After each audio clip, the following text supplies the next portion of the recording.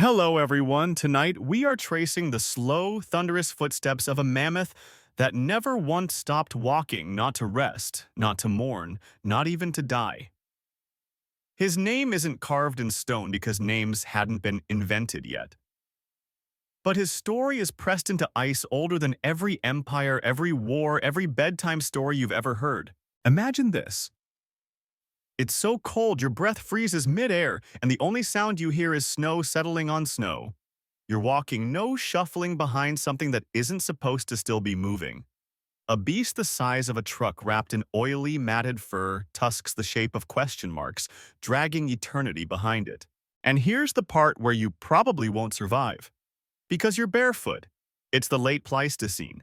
And you're following footprints that don't end. So before you get comfortable, take a moment to like the video and subscribe, but only if you really like what I do here. Let me know where you're watching from and what time it is. I always like knowing who else is awake in the dark. Now, turn off the lights, maybe turn on the fan for some soothing noise, and let's get started tonight. The first thing you notice is how the footprints never double back. Each print is wide as a bath mat and sunken just slightly deeper on one side of the left. You trail your gloved fingers along the edges of the frost-packed impressions. Even now, thousands of years later, they hold shape. Something massive walked here. And more than once, but never in a loop. Always forward. Always onward. You're not the first to define them, of course. Indigenous Arctic communities once called it the ghost that walks but never eats. Early Russian explorers, half frozen and half drunk, thought it was a glacier pretending to be alive. You're just the latest in a very long line of people wondering the same thing: why didn't he stop? The air smells like ozone and snow rot. You press your boot into one of the old prints. It almost fits. Almost. That small gap, those last few centimeters, is the distance between now and a time when your ancestors still had fur between their toes. You follow the tracks uphill past ridges of ice where the wind carves ridges like fingernail scratches across the surface. It's not just a walk anymore. It's a pursuit. Somewhere deep inside you feel it. This isn't just a path, it's a story. Here's a fun fact: mammoths had 6 sets of molars over their lives. When the last set wore down, they starved. So maybe he wasn't running from something. Maybe he was running toward more grass, more lichen, something to chew before the clock ran out. But the weird thing is, there's no pause. Not even where the glaciers thinned. No obvious camp where he might have hunkered down. Just a single-minded progression, like he'd mistaken the act of walking for the act of living. Historians still debate whether he was truly alone. Some say his herd might have followed for a while, slowly dropping off one by one. Others argue he never had one. Born late, born odd, some mammoths were born without full coat coverage and got chased off. Like a big, hairy outcast walking himself into legend. As you keep walking, you notice something else. There's a rhythm to the spacing, not just steps, not random. It's like a pulse, a steady drumbeat pace. No gallops, no panicked zigzags, not even the kind of erratic weaving a beast might make when avoiding predators. This was deliberate. Up ahead, something breaks the line. A trench in the snow. You kneel. It's a place where the track dips suddenly deeper, more sloped, the edges sharp, like he stumbled. Maybe the ground caved in. Maybe his leg gave out. But then right after, he keeps walking. He didn't fall, he recovered, and then resumed like nothing had happened. The wind picks up. A long, low moan that sounds like a flute being played by someone who never took lessons. You pull your coat tighter and press your fingers to your lips, instinctively holding your breath. Now imagine this from his side. You're born into a world of white and wind. Everything smells like old ice and mammoth sweat. You take your first steps before your eyes fully open. Something brushes your flank, your mother's trunk. But her voice is drowned by the gale. You keep walking because that's the only direction that isn't full of teeth. Maybe you remember warmth once, deep belly heat from sleeping beside your family in a snow ditch. Maybe you even dreamed. But the dream ends when fire shows up. Not sky fire, not lightning, something worse. Two-legged fire carried by humans with eyes like predator birds and skins sewn from your cousin's ribs. And just like that, you become a refugee. One step, two, 3,000, then 100,000 more. Your feet leave little lies behind. I was just here, they say. I'll be back. But you won't. You never will. There's a kind of loneliness that only the ground remembers. Want to hear something strange? Elephants today mourn their dead. They'll stand over fallen bones for hours, touching, swaying, silent. Some biologists think they recognize specific tusks. Others think it's just the smell. Mammoths most likely did the same. But not this mammoth. No pauses, no detours, just forward. It's starting to snow again now. Fine needle-like flakes that catch in your eyelashes. The old tracks begin to blur just slightly as if they're shy, as if they know too many eyes have stared into them. You take one more step forward and something cracks beneath your boot. Ice.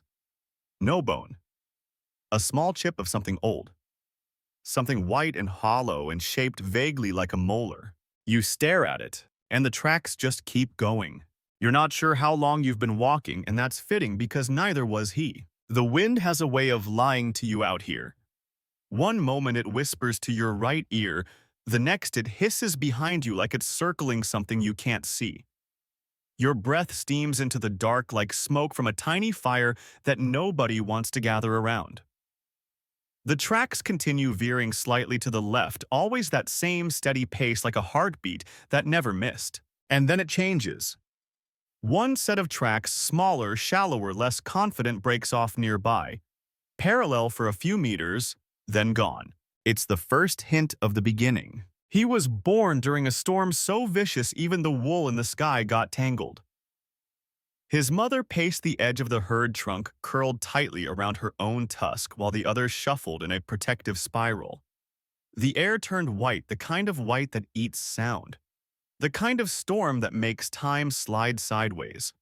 Historians still debate whether mammoths timed their births to warmer seasons or if nature just didn't care. This one, born into winter's mouth. You come out trunk first, then knees, then a confused squeal that freezes before it finishes echoing.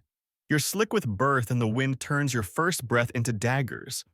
Someone, not your mother, maybe an aunt, tries to throw snow on you to keep the flies off. Jokes on them. It's too cold even for flies.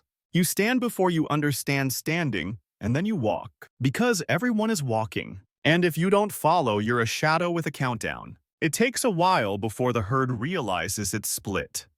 Half went west toward the forest edge. The other half, your half, wanders north blind from sleet. They call to each other deep rumbles like distant thunder, but the sound gets swallowed. You keep walking because the shape in front of you smells like your mother, but it isn't her. You don't realize this until 3 days later when the shape stops walking, turns, and dies. You see, mammoths weren't raised gently. They weren't told bedtime stories. They were raised by the cold, by instinct, by the rhythm of hooves and tusks moving forward. Love came in the form of proximity. If your mother let you walk beside her, that was affection. So when she vanished in the snowstorm and no one corrected you, that was it.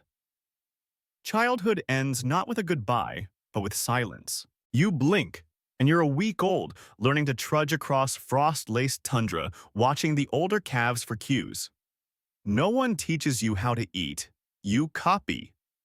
You copy everything. You chew lichen, like they chew lichen.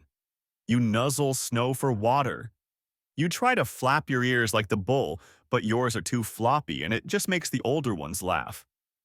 Yes, mammoths had social groups, and yes, they probably teased each other.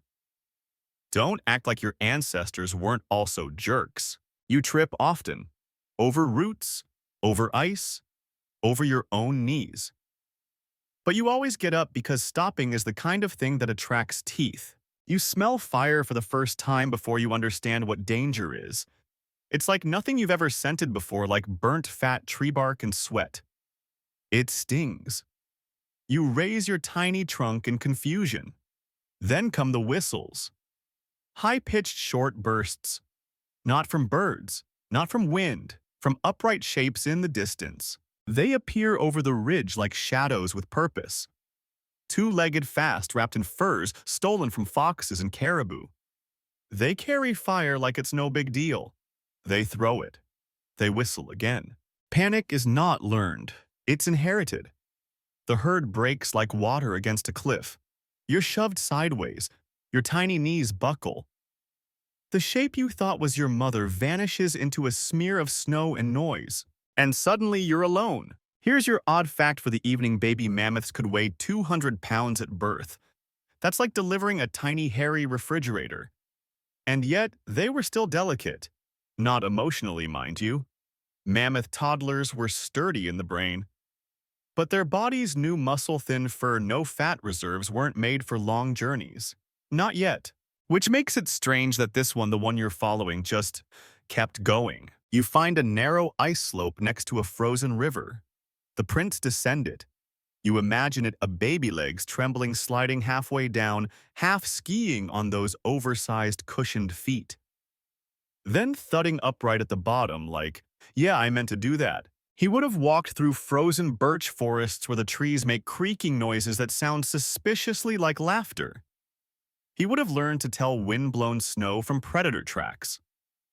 He would have tasted frozen mushrooms and sneezed violently for the first time. Sneezing is a big deal when your trunk is the length of your whole body. He learned by walking, not because anyone taught him, but because nobody did. There's a bend in the old trail where it suddenly widens. The footprints circle, loosely stomped down into the snow repeatedly. A dance, a tantrum. Maybe it was where he caught a scent he remembered. A cousin, a sibling, then lost it again. Historians still debate whether mammoths had memory the way elephants do, so precise they can recall watering holes from a decade ago. But this one might have remembered the warmth of his mother's trunk. Not her face, not her sound, just the way it curved around him when he slept. And when you remember something like that, you don't stop looking for it. Ever. The snow begins to fall again. You lift your face into it. It doesn't sting anymore. You think about how every flake that lands on your cheeks once landed on a mammoth's back. Snow is memory, just colder. You find yourself walking in rhythm with the ancient tracks now. Not because it's easier, not because it's right, but because some stories tell themselves best in footsteps. The valley spreads out ahead of you like a fossilized yawn, wide, tired, and holding on to secrets it's not quite ready to explain. The wind dies down here. Not completely, just enough to make the silence uncomfortable. You pause and scan the horizon.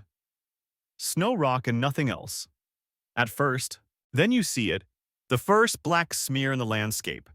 Charcoal, burnt wood, scorched bone. The smell hits you late, but it's still there. Charred fat, singed fur, fire smoke long since frozen into the soil.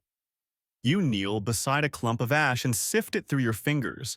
It's sticky, oily, the kind of residue that only comes from desperation.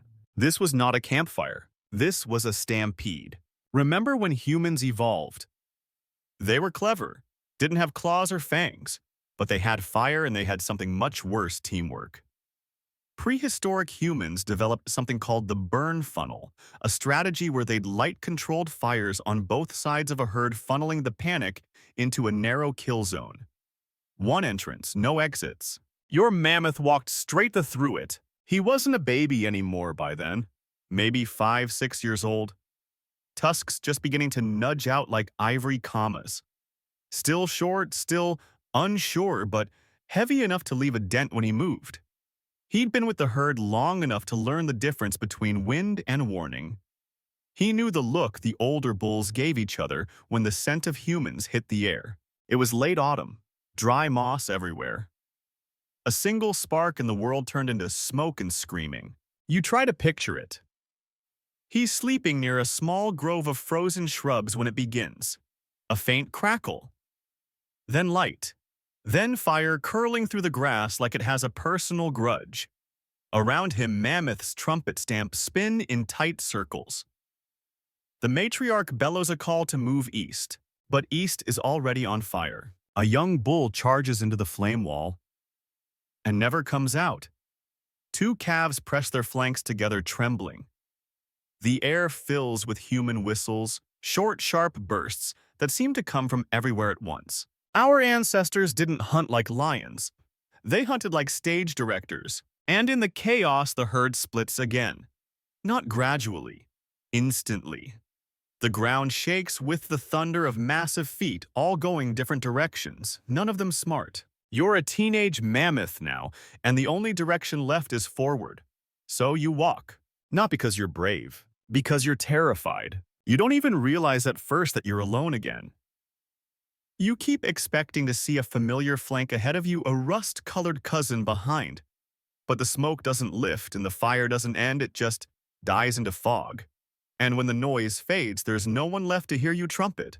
You don't call out, because something inside you already knows they're not just gone, they're not following. Odd fact. When fire scorches prehistoric soil, it sometimes preserves what's underneath.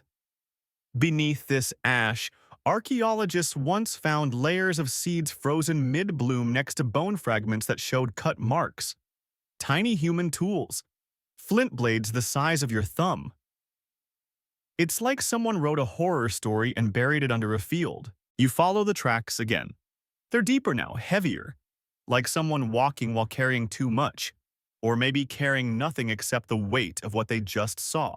There's a turn in the trail where the stride shortens. A hesitation. A pause.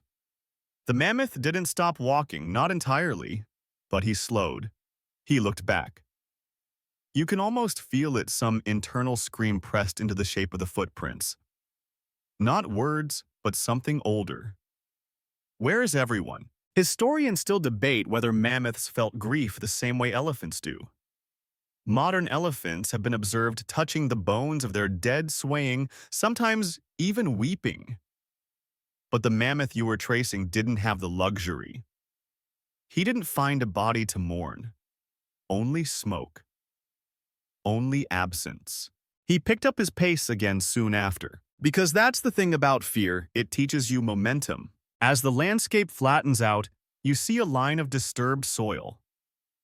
Shallow depressions in the permafrost. He ran here. For the first and only time he truly ran. The footprints widen. The gaps stretch. Each impact punches through ice crust and exposes the darker earth beneath. He must have heard something behind him. Or thought he did. A crack of a branch, a whisper of footfall. Maybe even laughter.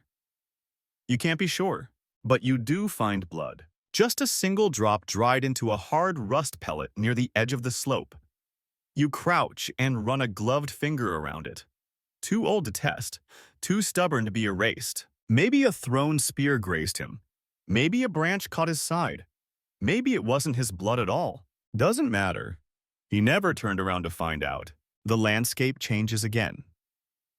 The blackened ground gives way to frost again, and then to high ridges that look like broken teeth rising from the earth.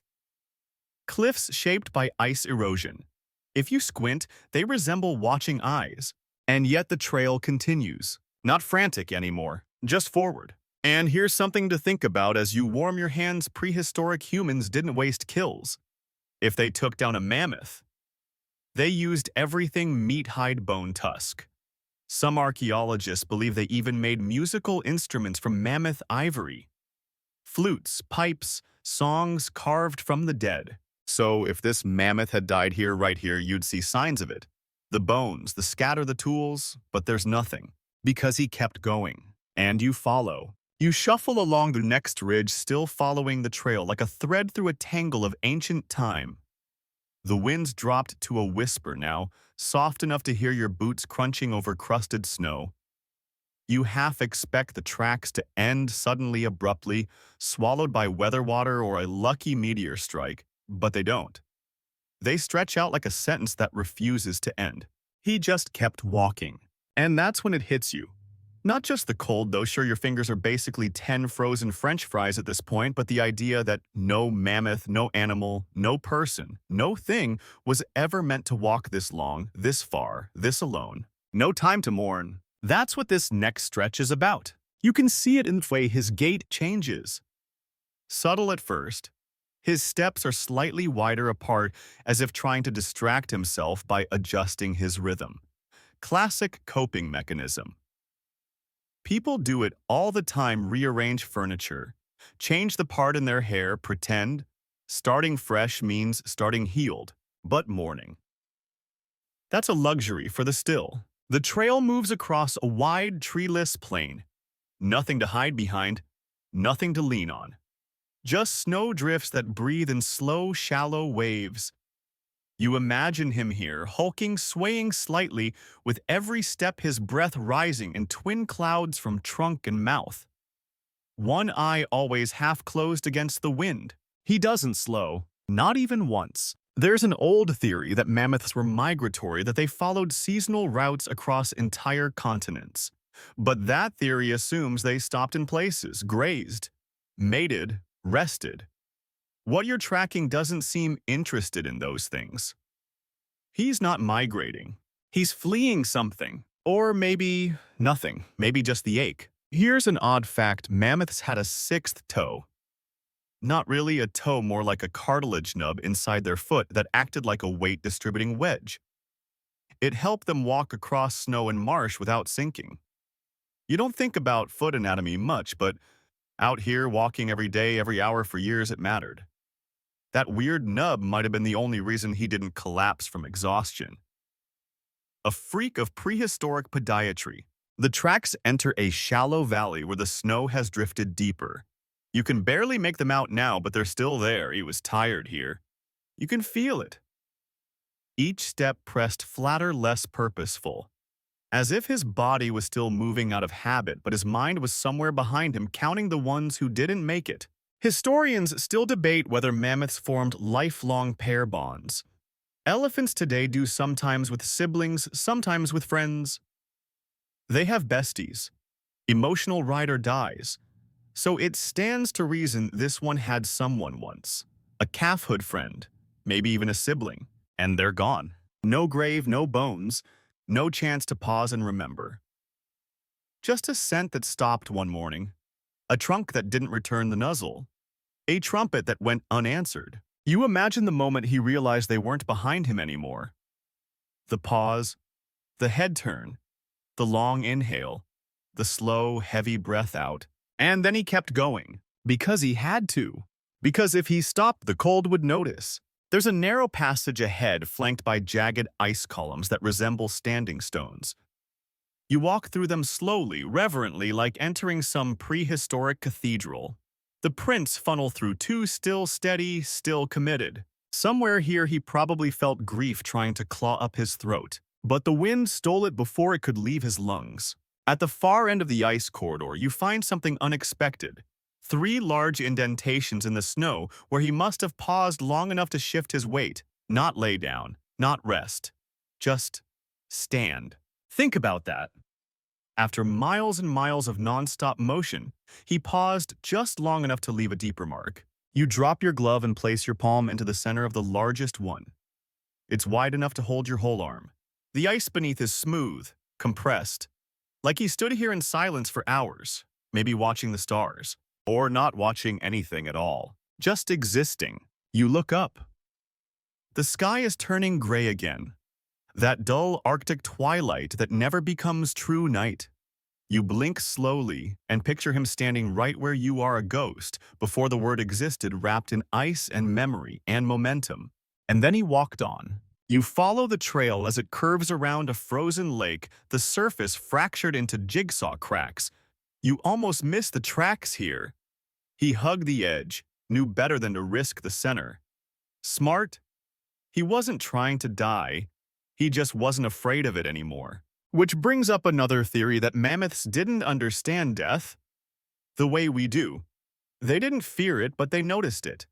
Like a scent on the air, like a change in pressure, something missing. And maybe that was worse, because you can't fight absence. You just try not to fall into it. You reach a low ridge where the wind picks up again, blows snow into your face. You squint and turn your back to it. And there, etched faintly into a slab of ice, is a swirl. A spiral carved into the surface by something wide and blunt. A tusk. You lean and brush away the frost. Yes, it's a mark, not language, not art, just presence. Proof that he stopped here not to rest, but to remember. Maybe that was his morning.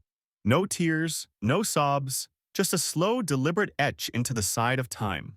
Then he kept walking. And so do you. The wind's gone. Not quiet gone. Like even the atmosphere has grown too tired to breathe. You look around and for a moment everything is so still, it could be mistaken for peace. But you followed the trail long enough now to know better. Stillness out here isn't rest, it's retreat. The tracks press onward into low terrain where the snow forms shallow bowls. You step carefully. These hollows look soft, but they're treacherous, what the old herders in Siberia called sleep pits. One wrong step and your foot vanishes into snow fluff packed over an air pocket. You imagine the mammoth navigating the same terrain, each footfall a test, each step a wager. This is where he learned how frostbite can change a memory. See, he hadn't stopped walking since the herd scattered. Not really. Not even during storms. But the cold here was different. It didn't scream like it did on the ridges. It whispered, quiet and deep, as if asking him, "Are you sure you need to keep going?" He was. But he was slower now. The stride narrows. The steps flatten, not lazy conscious, like someone measuring each moment. And this is where walking became ritual. Historians still debate whether mammoths had a concept of ritual behavior. Modern elephants will touch tree trunks or return to specific paths over and over, as if something sacred clings to those spots. Were they honoring memories, testing patterns, or just driven by instinct? No one knows. But your mammoth, he was building something with every step, something only he could feel. At night, when the wind died like this, he would rest stumble. That's what you call it now. Not quite sleeping, not quite stopping, just pressing his head low, his breath thick as fog, and letting his front legs bow for a few minutes. Trunk coiled over one tusk, then rise. Shuffle forward, repeat, never full sleep. Because when he slept fully, when he lay down once in a valley like this, he woke with patches of skin blackened from the frost. His ear tips stiff, his tail curved like a wilted fern. So sleep became the enemy. He kept moving, not for food, not even for safety, but because movement itself had become the only thing he trusted. Here's your odd fact of the night. Mammoths likely produced a natural antifreeze protein in their blood. Scientists believe this helped them circulate warmth even in sub-zero temperatures. But still, their extremities, ears, tails, even trunks were vulnerable. Think of it as carrying your nose in front of your face all day, hoping it doesn't freeze and fall off. Your mammoth's trunk developed scars, thin frost lines that healed over but never smoothed. He didn't trumpet much anymore, not because he didn't remember how, but because he knew nobody would answer. You follow the tracks through a patch of lichen-crusted rocks. The ground here is stained faintly green where frost hasn't completely killed the life below. Mammoths loved lichen. It was soft, spongy, and filled with slow-release carbs. He paused here just long enough to chew, and then he moved on. Not full, not satisfied, just restored enough to continue. That's the difference between eating to live and living to eat. He never once ate for pleasure. Never once curled up beside a snowy grove and sighed with contentment. Food was fuel, grief was a ghost, and the only prayer he ever offered was to the rhythm of his own feet. There's a narrow pass up ahead where the wind once again changes direction. It funnels through like breath through a flute. You pull your hood tighter, ears stinging. And then you see it, a mark in the snow, two overlapping footprints where he faltered. Not a stumble, not quite, more like a shuffle reset. Like when you've been walking so long your brain forgets your feet are attached. You double step. You re-anchor. It's human in a way, even though he wasn't. This is where you realize something else. The mammoth wasn't just moving forward, he was forgetting backward. That's what frostbite does to memory. It doesn't erase, it erodes, a little at a time. First, the sharp details: a cousin's face, a sibling's scent, the exact pitch of the matriarch's voice. Then broader things: the outline of the valley where you were born, the color of sunrise on fur, the sound of your own laughter. Wait, did mammoths laugh? Nobody knows. But elephants do. Not in the way we do with chuckles and belly cramps, but they have a low-frequency vocalization that resembles joy. It happens during play, during reunions. It's laughter's prehistoric cousin, quieter, deeper, but real. Did he forget how to do it? Probably, because laughter is a luxury. And out here, luxury is extinct. You press on. The snow grows deeper, but you see the track widen again slowly. His steps spaced more loosely, almost confident. This confuses you. Why here? Why now? What could have possibly given him a burst of strength? Then it clicks. He remembered something. A place. A moment. A scent carried on the low wind. You don't know what it was. Maybe a cousin's lingering trail. Maybe the oil-marked stump of a herd's resting ground. Maybe just the smell of not being alone. And for one brief moment, he let himself believe. You stop where the ground rises again. You stand in his prints. The sun is setting behind clouded ice and the light turns gold, then orange, then pink. You imagine his eyes catching that same shift in sky, watching the shadows stretch across the plain. And you wonder, what memory did he choose to keep? Because surely he didn't hold on to all of them. That would have broken him. No, he walked to forget most of it, but not all of it. Some fragment stayed. Some moment warm enough to insulate the bones. And maybe that's why you're still following him. The terrain turns jagged again. Frostbitten crags rise like the spine of a buried beast, each one dusted with ice and time. You squint ahead, and the prints become harder to follow.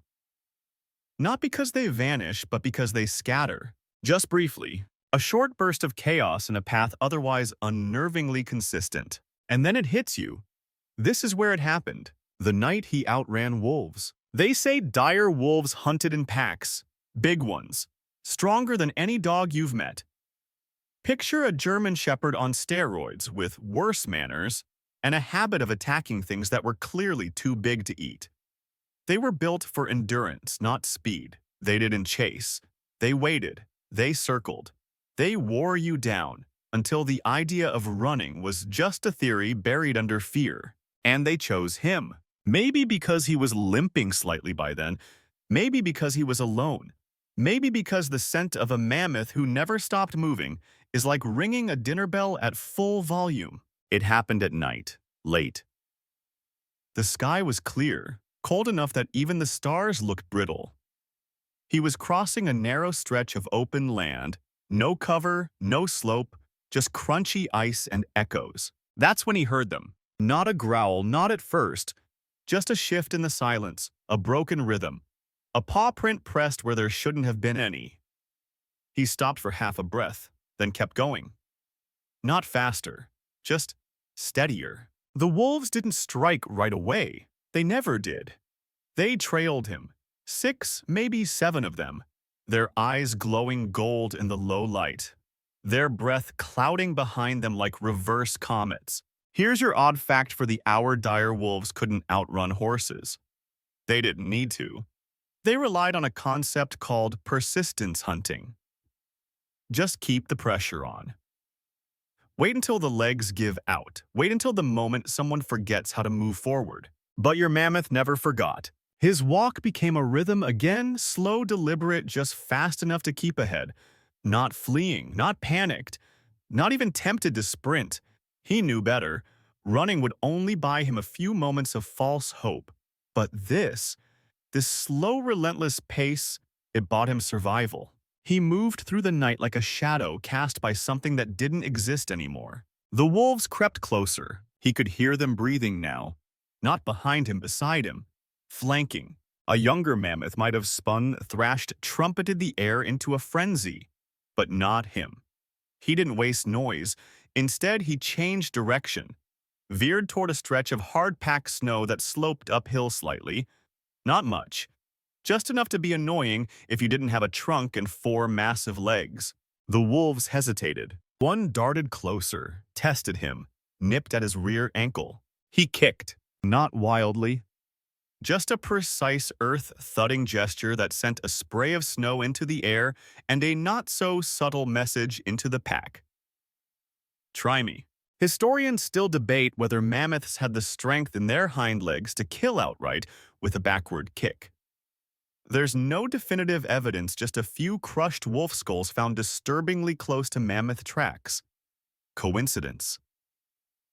Maybe. Or maybe those were the ones who tested a little too hard. The wolves regrouped, spaced out again. Didn't retreat, just recalibrated. They followed him all night. He didn't sleep, didn't stumble, didn't even pause, just kept walking. Each step like a question, still there, still hungry. At dawn, the sky bled pale orange across the ice. The wind returned gentle at first, then insistent. It howled low across the plain, and with it came the scent of something large, something not him. Another herd, a bison trail, something that smelled easier. And just like that, the wolves peeled off, all but one. This one kept following for another hour. Maybe out of stubbornness, maybe curiosity, or maybe loneliness. Wolves can get attached too. Ask any dog owner.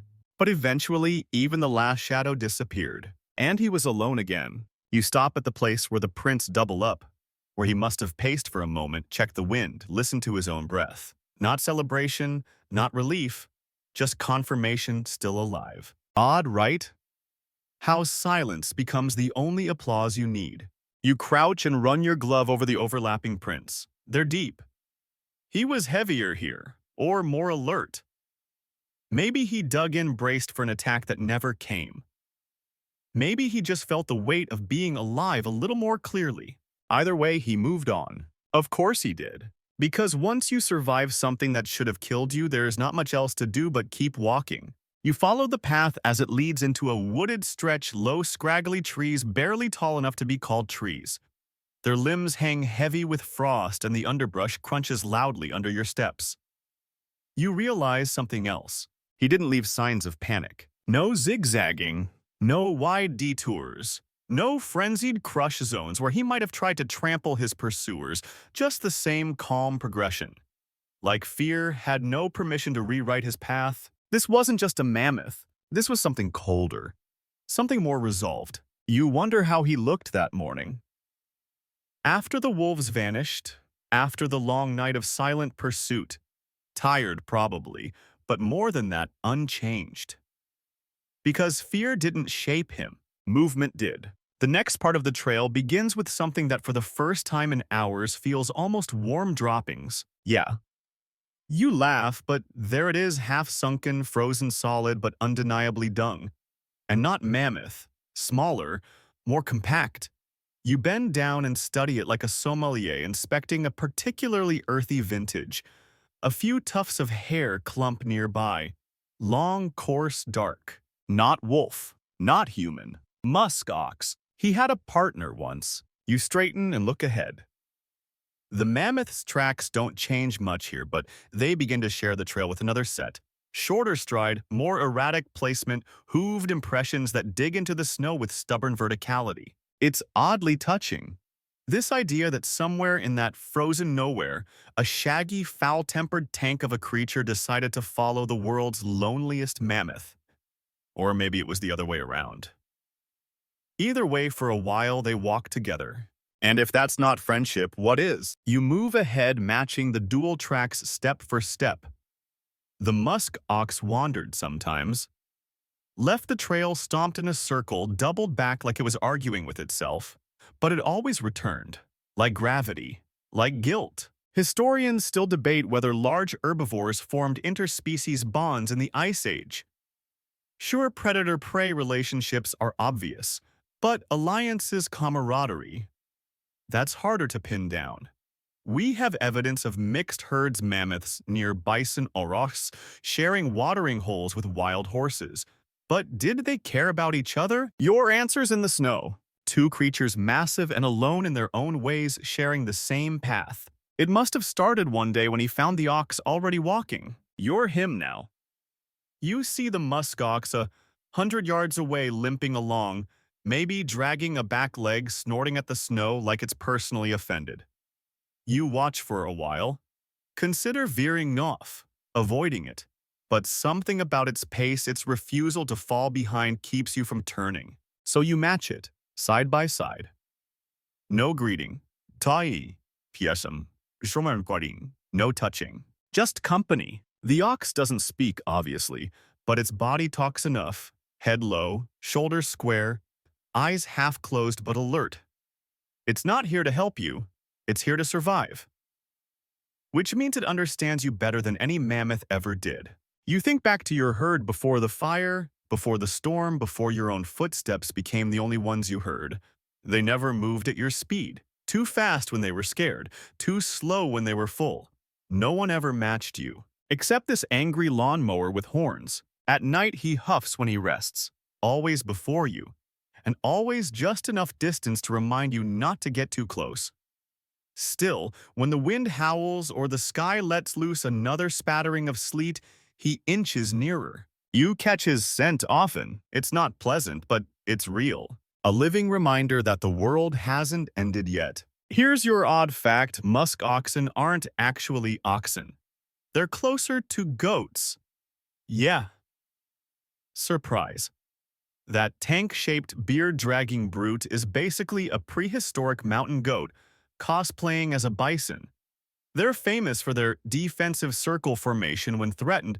They stand rump-to-rump, horns out surrounding the calves. But he didn't have a circle anymore. Just you. The tracks tighten here.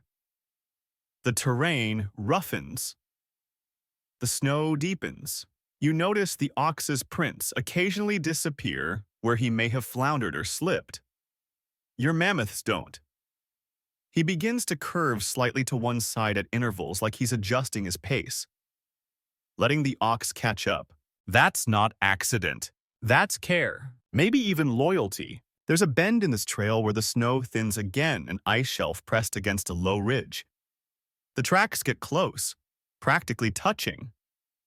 For one day, maybe one night, they rested in parallel, their prints pressed together into a shallow V. No movement, no circling. Just warmth, just presence. Then the lightning came. You see the scar before you see the end. It's blackened but not burned. More like boiled. A stretch of earth maybe 15 feet wide where the snow melted and then froze in an uneven crust. Shattered, pocked, salted with fragments of ash and fur.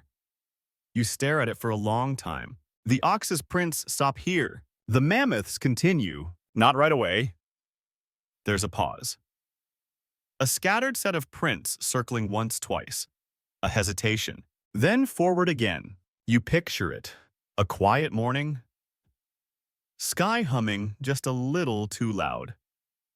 The kind of static pressure that even dumb animals recognize as wrong. And then a sudden light. A cracking boom that doesn't echo, it punches. The ox drops instantly. No drama, no panic, just silence. Your mammoth doesn't panic either. He circles once, twice, leans his trunk toward the still form, waits, maybe remembers what death smells like, then moves on. Because that's the rule out here: whoever stands up walks forward. He doesn't look back. But from this point on, his steps are heavier again, deeper, slower. Not from sorrow exactly. From confirmation. Companionship was possible. Brief, brutal, beautiful, but always temporary. You keep walking. The trail thins again. No more hoof prints beside the mammoths. Just those familiar solitary depressions that have come to feel more intimate than your own heartbeat. And as the snow rises around you again, thick and quiet, you think about what it means to be remembered. And what it means to remember someone who never said goodbye. You wouldn't think a mammoth could swim, But then again, you wouldn't think a creature that size could walk for decades without once collapsing from exhaustion. So clearly, your assumptions need work. The trail is different here. It leads you down to the edge of a basin, a shallow depression in the landscape that shouldn't be there. Your boots crunch on layers of snow crusted over frozen mud. Beneath it, ice gleams blue-black and fractured like a windshield left too long in the cold. And there, cutting straight through the middle, is the strangest thing of all. A line. Not a track. Not exactly. It's a gouge. A wide, slushy trough where something huge once broke the surface and forced its body through.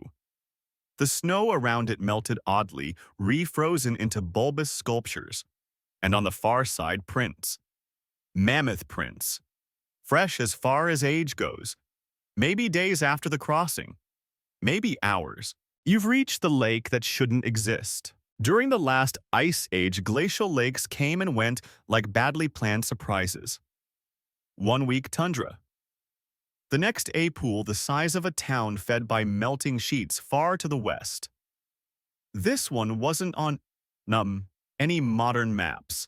Probably formed in a geological tantrum, then froze again before anyone could name it. And your mammoth, he tried to cross it. You kneel near the edge of the trough, press your hand into the frozen drag marks. They're deep. His stomach must have scraped the ice as he moved. Not floating, partially floating. The worst kind of swimming, the desperate kind. He didn't hesitate, though. No circling, no pacing. He saw the water and went in. Why? Historians still debate whether mammoths could smell water bodies from long distances. Some say yes, olfactory senses sharper than wolves. Others say they followed ancient trails, and if the trail led to a lake, well, so be it. But your mammoth. This wasn't a trail, this was a decision. You picture it a cold morning, the sky blue thin like old glass. He's alone again, no wolves, no ox, no fire. Just a ridge, a slope, and the edge of a world suddenly turned liquid. And then a scent. Something across the water. Familiar. Faint. Maybe grass. Maybe dung. Maybe the memory of a herd he couldn't let go. He steps forward.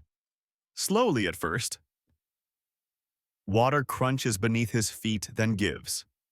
His front legs plunge, then his hindquarters. For a moment he flails because yes, even mammoths flail. But then he finds rhythm. He pulls with his trunk. Kicks in slow, exaggerated gestures. Half swimming, half dragging. He doesn't know how deep it goes. He just knows forward is the only direction. Odd fact, elephant calves are natural swimmers. They can hold their breath for 2 minutes and use their trunks like snorkels. It's not a party trick. It's evolution's way of saying, don't worry, you're supposed to survive this. So maybe mammoths had that too. But this wasn't survival, this was searching. He swam through the lake like someone haunted. You scan the far side. The ice there is shattered. Something broke through. Likely him scrambling to pull his weight back onto land. The prints that follow are uneven, shaky. He wasn't injured, but he was drained. He stood there dripping, steaming in the morning air, and did what he always did. He walked. No pause to dry. No shiver. Just soaked fur clinging to muscles heavy with water and determination. It's here, just past the lake, that you find another spiral, carved into a low, slanted rock, larger than the last, more deliberate. The groove cut deeper, more aggressive, like it was made during a moment of desperation or clarity. What was he marking? A symbol of effort, a way to say, I didn't stop even here. You reach out and trace the groove. It's cold, colder than the air. Maybe the spiral meant nothing. Maybe it meant everything. Historians love to argue about symbols, but out here you've started to believe symbols are just pauses and walking marks that say something mattered. And this lake, it mattered. He crossed water without knowing what waited on the other side. That's not instinct. That's hope disguised as momentum. You step over the shattered edge of ice. It creaks beneath your boot but doesn't give. And you imagine what it felt like for him, each step uncertain, every surface a gamble. You imagine his breath rising in bursts, his eyes locked forward, not daring to blink. because blinking would mean pausing, and pausing was the only thing he couldn't afford. The wind returned suddenly, icy, sharp. It whips so over the lake, hiding the gouge trail you just studied. Within minutes, the evidence begins to vanish like the story itself is shy. But you saw it, and more importantly, you felt it. That moment when movement wasn't just survival, it was the act of faith. He didn't know if the water would hold. He didn't know if his body could bear it. He didn't know if the scent he followed was even real. But he crossed. And now, so have you. You stand on the far shore, staring at the continuing trail. The prints returned to their usual rhythm, staggered but determined. He'd regained balance, shaken the water from his fur, found his pace again. But something changed. From this point on, his path bends ever so slightly north, not by accident, by intention. You can almost hear his thoughts if mammoths had thoughts. Keep going. Something waits. The wind rises again, more stubborn than before. It pushes into your coat like it's checking to see if you're serious about following this story all the way to the end. You grit your teeth and press on because you already know what's ahead. You've seen the signs. The change in his stride. The drag on the left. The mammoth had a limp. You see it for the first time just over the next rise. The tracks change subtly at first. The left footprint sinks deeper, skews outward, not quite parallel with the right. It's the kind of detail you might miss if you weren't already obsessed. But you are, and now you can't unsee it. One step regular, one step off. One echo of pain pressed into frozen soil again and again and again. You stop at the ridge and look down into a shallow valley. The trail is a dotted line of resilience now. The limp repeats with machine-like regularity. The right foot lifts, the left foot drags. A hiccup in rhythm, a new verse in the song of motion. What happened? You follow the trail, slowly scanning the edges for clues, and then you find it. A cluster of shallow stakes in the ground, not natural, sharpened wood weathered by time, half fallen into the snow like bad memories. Nearby, a stone arranged in a way no glacier would approve of, too deliberate, too human. He stepped into a trap, and he got out. Historians still debate the mechanics of prehistoric hunting traps. Some say humans dug pits, others say they used snares. In cold terrain like this, it might have been something simpler, camouflage spikes along a narrow pass. Just enough to cripple, just enough to slow, just enough to make sure the mammoth didn't get away. Except this one did. You imagine the moment. His foot lands wrong. The sharp pain fires up his leg like lightning. His trunk flails, one knee buckles, and the earth gives just slightly. Blood spatters the snow, but he doesn't fall. He grits whatever passed for his teeth and hauls himself forward. Because he's done this before. Not this exact injury, maybe, but the feeling. The lesson that the only response to pain is progress. Odd fact, mammoth bones show signs of frequent stress fractures and healed trauma. These weren't delicate creatures. They walked with joints that complained, spines that creaked, and hips that popped like bad vinyl records. But they didn't stop. Neither did he. After the trap, the limp doesn't worsen, but it doesn't improve. It becomes part of him. You can tell by the way the prints normalize again, not in placement, but in confidence. He stopped trying to fix the limp. He just absorbed it into his rhythm. That's how grief works, too. At first you resist it. Try to shake it off. Deny it. But eventually you realize it's part of the walk now. So you accommodate. You limp. He limped. You trail the prints through a patch of scrubby tundra, frost-kissed and wind-whipped. The trees here are skeletal, barely more than outlines of vegetation. But one of them, just one, has a mark. Low on the trunk, a scrape, a groove. You run your hand along it. Deep, diagonal, the width of a tusk tip. He marked it, on purpose. Maybe not out of frustration, maybe not even out of pain, maybe just to say I was here. I walked through this. The limp doesn't slow him. It defines him. And still he moves. Somewhere in this stretch, he stopped fearing predators. He stopped anticipating fire. He stopped waiting for the herd to reappear over the next rise. All of that became background noise, just static. What mattered now was maintenance, keeping the machine of himself moving forward. And that's exactly what he did. Each day the limp taught him patience. He couldn't gallop, couldn't dodge, couldn't pivot easily. He had to think ahead. Pick routes with fewer obstacles. Favor slopes. Avoid ice-covered inclines. He became a strategist. Injury doesn't make you weaker. It makes you intentional. You find another moment, a place where he might have slept. Not fully, but enough to leave a shallow dent in the snow. The ground around it is quiet, almost respectful. You imagine him lowering himself slowly, groaning softly as his weight settled on that sore leg trunk curled to his flank. Not rest, not peace, just pause. Maybe he dreamed, maybe he didn't, but if he did, you hope it wasn't about running. You move on. The limp grows more pronounced now, not wider, not slower, just more etched. Like he leaned into it, let it become his identity.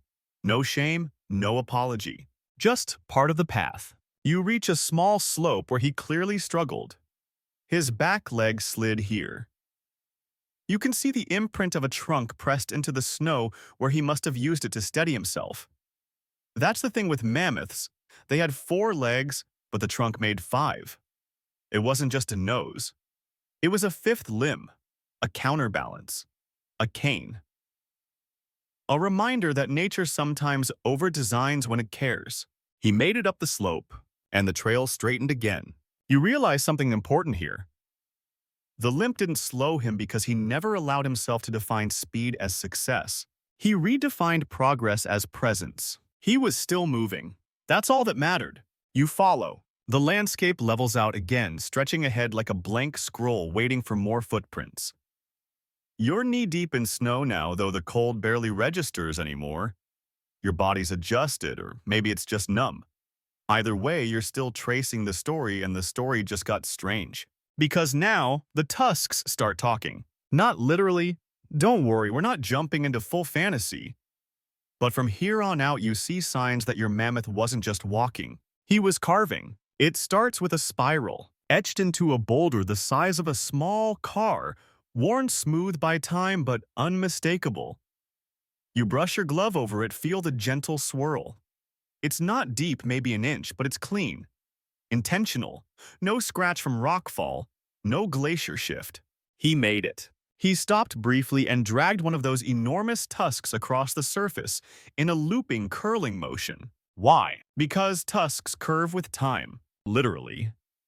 Tusks aren't just pointy decorations, they're diaries. Mammoths grew them throughout their lives and each year added a layer like tree rings. Cross-sections of fossilized tusks have revealed everything from climate changes to migration stress. If you cut one open, you're basically reading the autobiography of an Ice Age introvert. But that's not what this is. This is art, or grief, or both. Historians still debate whether prehistoric animals could engage in what we'd call ritualistic marking. Some think these carvings were accidental, just tusks scraping against obstacles. Others argue that the repetition, the pattern, the placement suggests something else, a need to leave something behind. You follow the trail past the boulder, and soon find another spiral, this one gouged into a fallen log frozen solid in the snow. Same size, same pattern. He was right-tusked, you think, based on the angle and depth. Right side dominant, just like a human with a favored hand. And he wasn't doing this at random. He was doing it on purpose. You imagine the moment the mammoth limps up to a tree, lowers. His head, slowly, lines up his spiral, just so. Not fast, not careless, but with the deliberation of someone who wants the act to mean something. And then scrape. The sound must have been awful, a grinding, tooth-aching screech as ivory split bark. But he did it anyway. Then he walked on. No other tracks, no doubled-back loops, just pause, mark, proceed. And the marks get bolder. You find one carved into a hillside of packed clay, another into a granite shelf streaked with frost, always spirals, not random scratches. Spirals, the oldest symbol in the world. You remember hearing somewhere that spirals show up in cave art on every continent. Even ancient human kids doodled them in charcoal. Historians love to argue about what they mean life, death, time, memory. But your mammoth didn't care about debate. He just needed to make something. It's like he was leaving echoes of himself along the trail. Not footprints this time, symbols, in case something followed, in case someone cared. Odd fact, elephants today sometimes draw with their trunks. In captivity, a few even paint holding a brush with prehensile precision. We train them, sure, but the impulse to make shapes, that comes from somewhere deeper. So maybe this mammoth wasn't trying to say something. Maybe he was trying to feel something. His tusks weren't just growing, they were evolving. Curving with age, weight, and wear. And in turn, he learned how to use them not just as weapons, but as tools, as extensions of his experience. You climb a rise where the wind picks up howling with renewed interest. Below you, a ravine cuts through the land like a scar. The trail follows the edge carefully, each step a little wider, as if he understood the danger of slipping. But he didn't detour. No extra effort to avoid the edge. Just trust. Confidence in his own weight. And there on the cliff wall, you see the largest spiral yet. It's carved into ice-crusted stone, easily 6 feet across. Deep looping lines that must have taken hours, maybe more.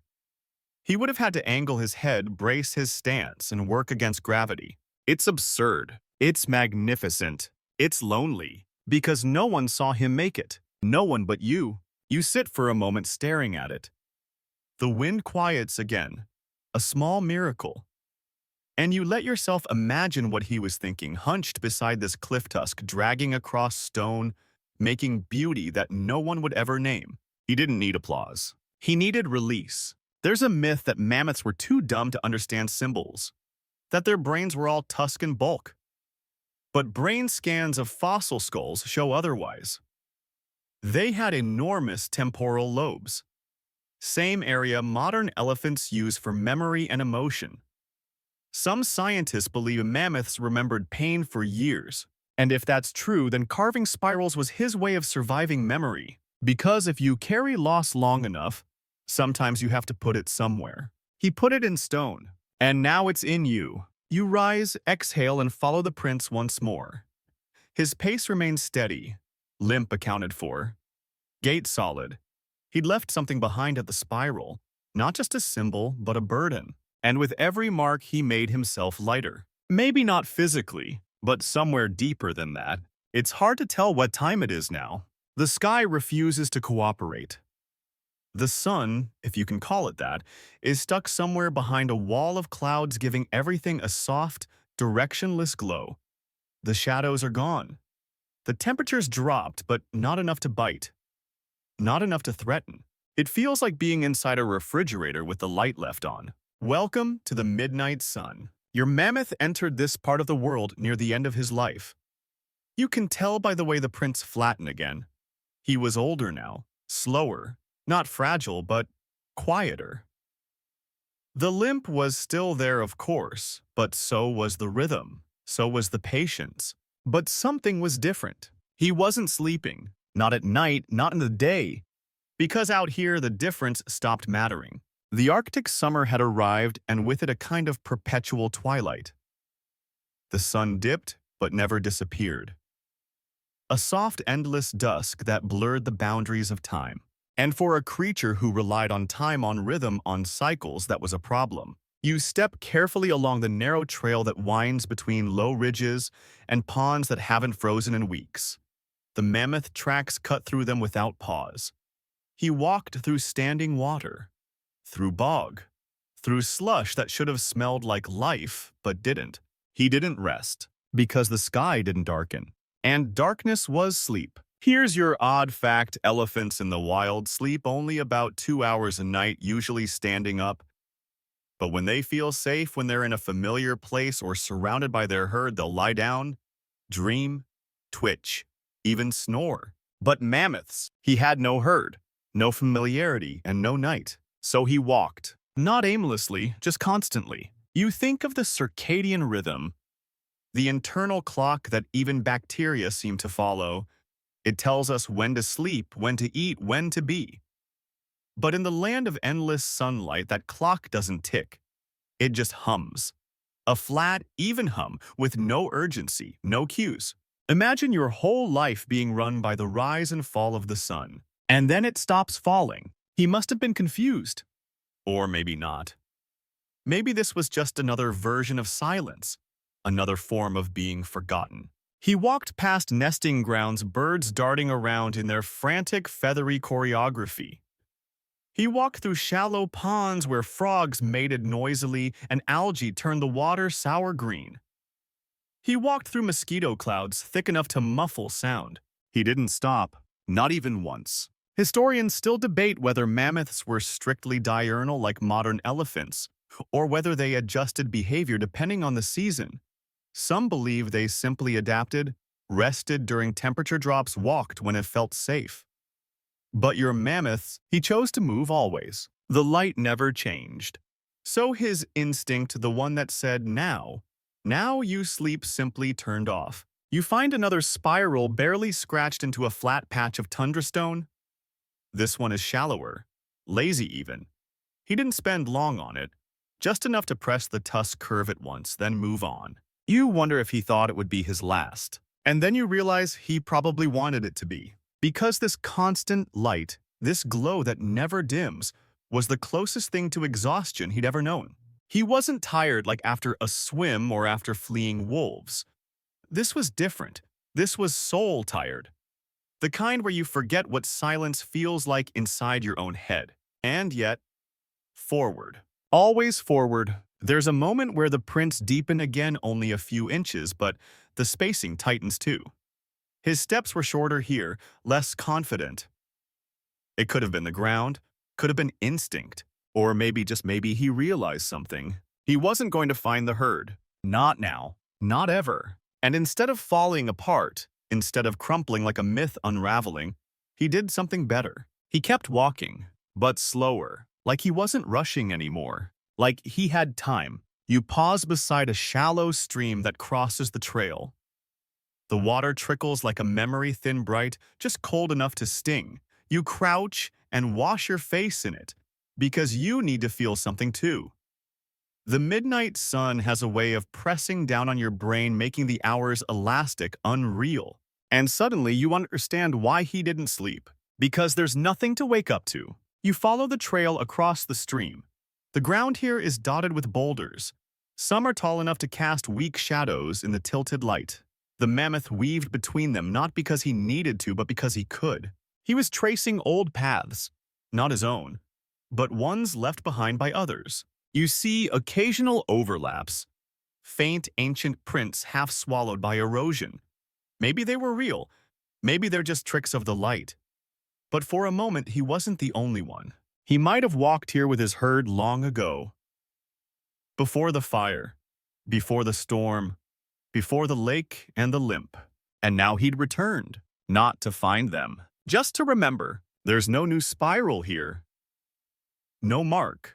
But there's something quieter. Stillness. For the first time in miles, the spacing between the prints changes irregularly. Some close together, some far apart.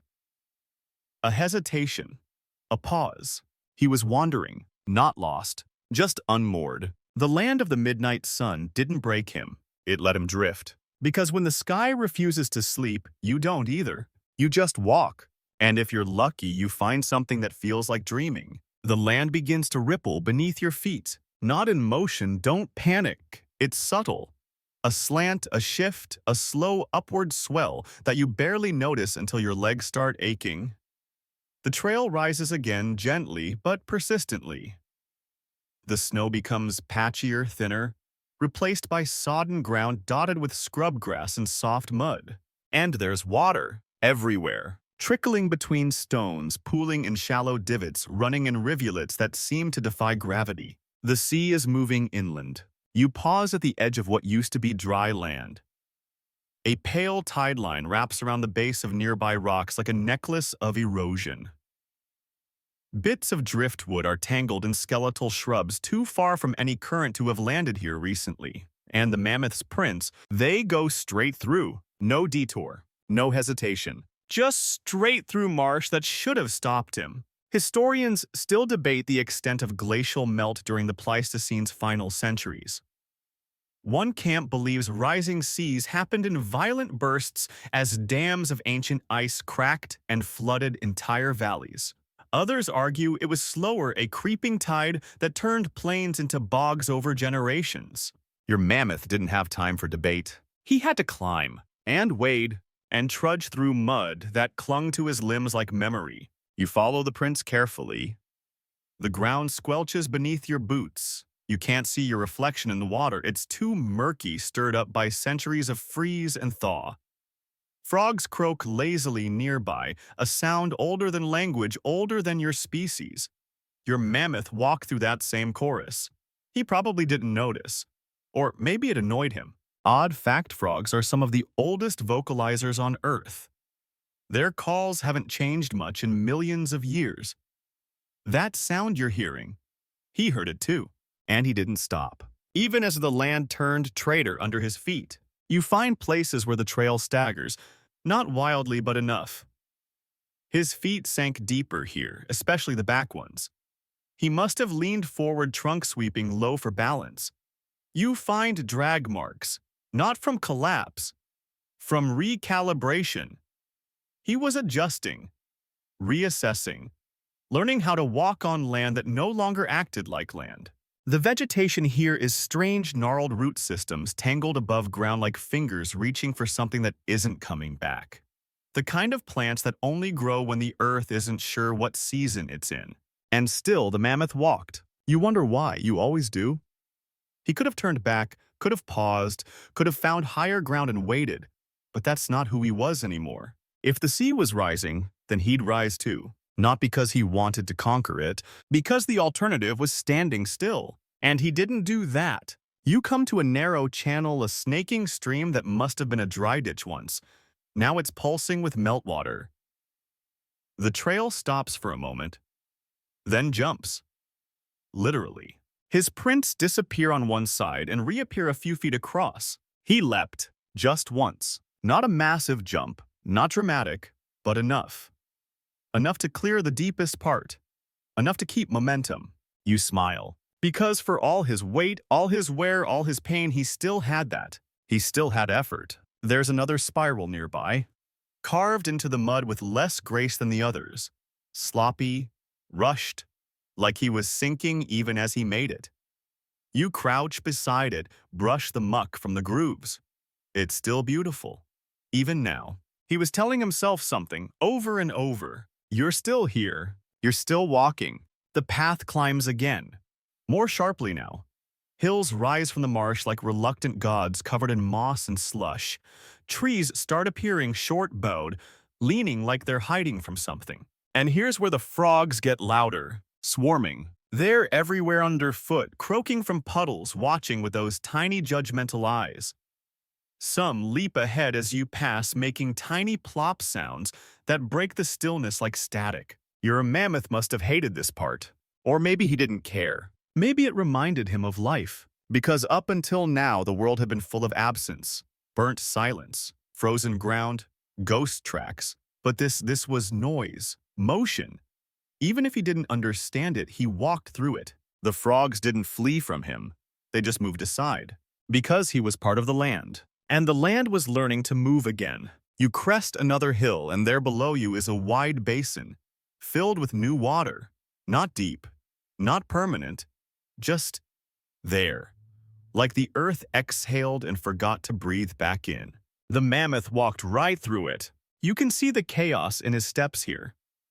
Not fear, not confusion, just strain. The tracks lose their perfect rhythm. Some are wider apart. Some slide. One even vanishes into a sinkhole before reappearing several yards ahead. He made it, but it cost him. You wonder how he kept going. Not physically. Physically, you get it. Big lungs, powerful muscles, stubborn biology. No, what you don't understand is the choice.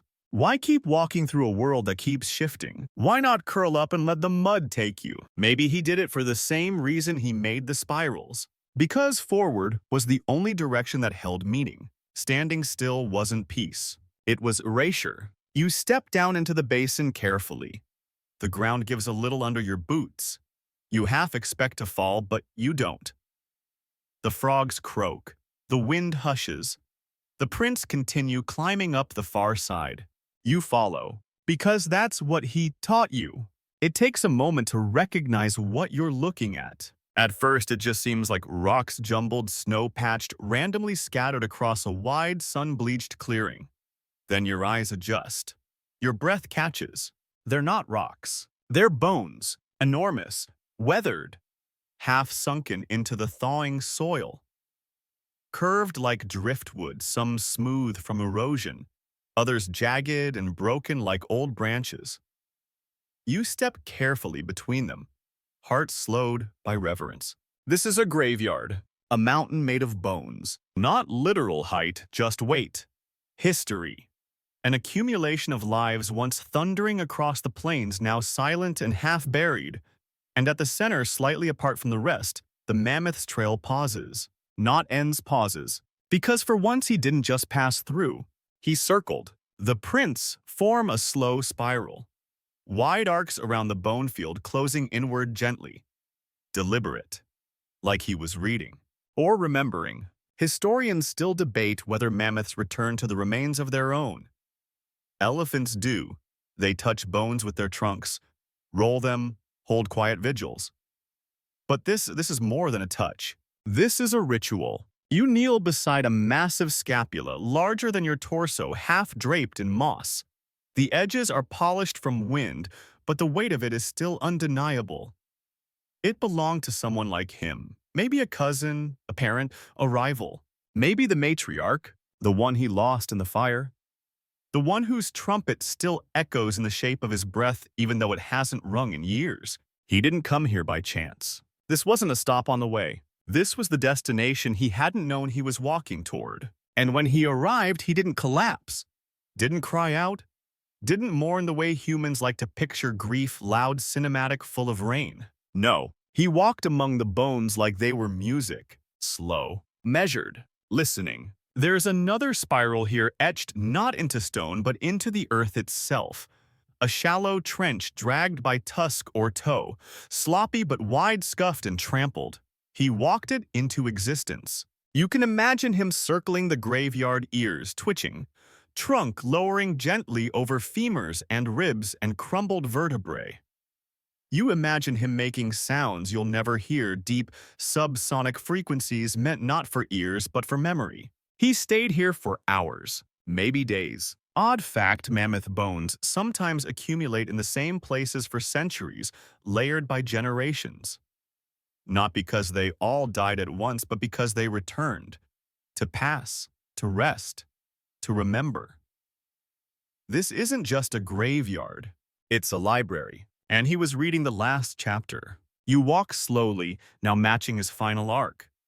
His prints overlap themselves here, tightening in a slow spiral. He wasn't lost. He was concluding. Writing the final paragraph of something ancient and personal. Then, as simply as he arrived, he left. A single exit trail leading uphill. The limp is still there. Steady, balanced. He wasn't revitalized by this visit, but he was affirmed, grounded, like someone who finally heard the thing they were chasing whisper back. Not in words, just in presence. That's all he ever wanted. You pause beside a skull. Mostly intact tusks, still curled eye sockets half full of snow. Your reflection flickers in the ice that's crusted in the hollow. You don't say anything. Neither did he. Because this was a place of endings, and not the tragic kind. The inevitable kind. The kind that invites you to exhale. He could have stopped here. Lay down between cousins and rivals and lovers and parents. Let the snow cover him like a blanket made of time. But he didn't. Because even now, even here, he still wasn't finished. You find a final mark near the base of a hill. Not a spiral. Just a single straight gouge in a rock. Crude. Sharp. Final. He dragged a tusk once across stone like the last page of a book being closed without punctuation. And then, forward. Always forward. The ground turns soft again, not muddy this time, but sinking. You don't see it at first. It's subtle, deceptive. The kind of terrain that doesn't announce itself as dangerous until you're ankle-deep and muttering through clenched teeth. You test a step and feel it, that slow sucking resistance beneath the snow. A tug, a reminder. This is bogland, and this is where he spent his final days. You look ahead, and the trail stretches into low, bleak terrain stitched with patches of standing water and frostbitten grass. The prints haven't stopped, but they've changed. Subtle at first, but now you know how to read them. He was tired, not just old, not just sore. Tired, deep in the bones. The stride shortens, the indentations soften. The left foot drags more. The intervals tighten, like he was shrinking under the weight of himself. The terrain here has a sort of grim beauty. Pale fog lingers low to the ground, catching on clumps of frost-covered reeds. Trees, if you can call them that, stand at odd angles, leaning like tired elders who forgot why they stood in the first place. It feels like the world is dissolving into itself, and the mammoth kept walking. Even now, even when the ground betrayed him with every step, you follow slowly. The air is heavy, damp, full of smells that have no business being this far north. Rot moss warmth. Something is blooming beneath the ice. Something old and microbial woken by the melt. You think of the scientists who worry about ancient viruses thawing in the permafrost. But the mammoth. He walked here before. That was a worry. When the danger wasn't microscopic, it was everywhere. And now it's just memory. He passed through this place long after he should have stopped. You know this because the signs are all here. The slip patterns. The half footprints, the pauses. Not full rests, he never did that, but hesitations. He'd lower his head, lean, shift his weight, then move. Less forward now, more through. Here's an odd fact: when elephants grow old and tired, they often seek out swampy places. Warm, soft ground, easier on the joints. There's even a theory, largely debunked but still romantic, that they go there to die. The elephant graveyard myth. Total nonsense, says modern science. And yet, here you are. And here he was. The spiral marks are gone now. The last one was left behind with the bones. This stretch. It's quiet, wordless. Like a man who knows the final line of his story is coming and has nothing else left to say. That single straight gouge on the rock back there, it was the ending. This is the epilogue. His prints widened slightly here. He must have swayed more, as if his legs began to forget the shape of the wike. Or maybe his body had grown so used to pain that the absence of it, if it ever came, was confusing. He didn't stop, but he was close. You find a place where the prints vanish for almost 2 meters. A gap, a pause. No sinkhole, no trap, just nothing. Then they return. Lighter, shorter, like he'd collapsed, then gotten up again. You take a breath and sit beside the trail near a mound of moss that somehow managed to bloom purple in the cold. The air here tastes different. Wetter, like it's already inside your lungs before you've finished breathing. You try to picture him in his final days, not collapsing in some dramatic heap, not crying out to the sky, just moving, slowly, quietly, one foot after the other, staring ahead at nothing, listening to silence. Historians still debate whether mammoths recognize their own death approaching, if they understood aging. Decay, finality, but he must have known something. He felt it in the tremble of his legs, the fog in his eyes, the stiffness in his spine. And still he moved, because he always had. Because that's who he was, not a beast, not a monument, just someone who never stopped walking. The terrain rises again near the far edge of the bog. A shallow incline, nothing dramatic. But the final climb is always the hardest, even if it's barely a hill. And the prints, they reach the top. One last stride. And then, nothing. No collapse. No body. No bones. Just silence. He vanished here. Into fog. Into time. Maybe into the soft, wet ground where no one could follow. Or maybe just maybe he kept walking somewhere you can't reach. You stand at the crest staring out over the bog. The wind presses gently into your coat. Not harsh, not biting, just a nudge, like a memory. You realize all at once that you've been whispering this whole time. Talking to him. Encouraging him. Not out loud, not fully, but in your breath, your thoughts, your rhythm. You've matched him, step for step, because something in you needed to. And now he's gone, and you're still here, standing in sinking ground, trying to listen for footsteps that no longer echo. But you still hear them, don't you? Soft, heavy, certain. You kneel down in the frozen soil and press your hand into the final print. It's not as deep as the others. Shallower, lighter, as if even the earth was reluctant to hold him too tightly in the end. Your fingers spread across the compacted snow and ice palm, settling into the same shape his foot once made. A shape older than myth, older than history, and somehow still warm. Not in temperature, not in any scientific sense, but warm in the way that memory lingers. Warm in the way that absence doesn't always mean gone. This is it, his last footprint, and it still whispers. It doesn't shout, doesn't demand anything. It just sits there, quiet as fog, saying, I was here. You sit back slowly, letting your legs fold beneath you. There's no wind now, just the hum of a sky that forgot how to rotate. The sun is still hovering behind clouds, casting a colorless glow over the bog, as if the day hasn't decided whether to end. No spiral here, no gouge, no final signature scratched into stone. Just the print, just the shape, and silence. But it's not empty. It's full. You begin to notice things you didn't before. The distant echo of water dripping from thawing moss. The wings of a bird slicing through the thick air. The soft crack of ice stretching beneath the surface of a nearby pond. Even the silence has layers. Like this part of the world knows how to listen better than you do. Odd fact. Some ancient indigenous cultures believed certain footprints held the spirit of the walker for a time. Not the soul exactly, but a shadow, a presence, a memory. As long as the print remained, so did the motion, the journey, the story. You understand that now. You don't need his body to know how it ended. You don't need bones or a burial site. You have this, a single footprint pressed into cold earth, thousands of years old, and yet somehow so present you feel like if you looked up fast enough, you'd catch a glimpse of him disappearing into the fog. Not dying, just continuing. Because maybe he didn't stop. Maybe he simply walked beyond the part of the story where you can follow. You trace the edge of the print again, fingertips catching in the tiny ridges and grooves. The earth remembers everything.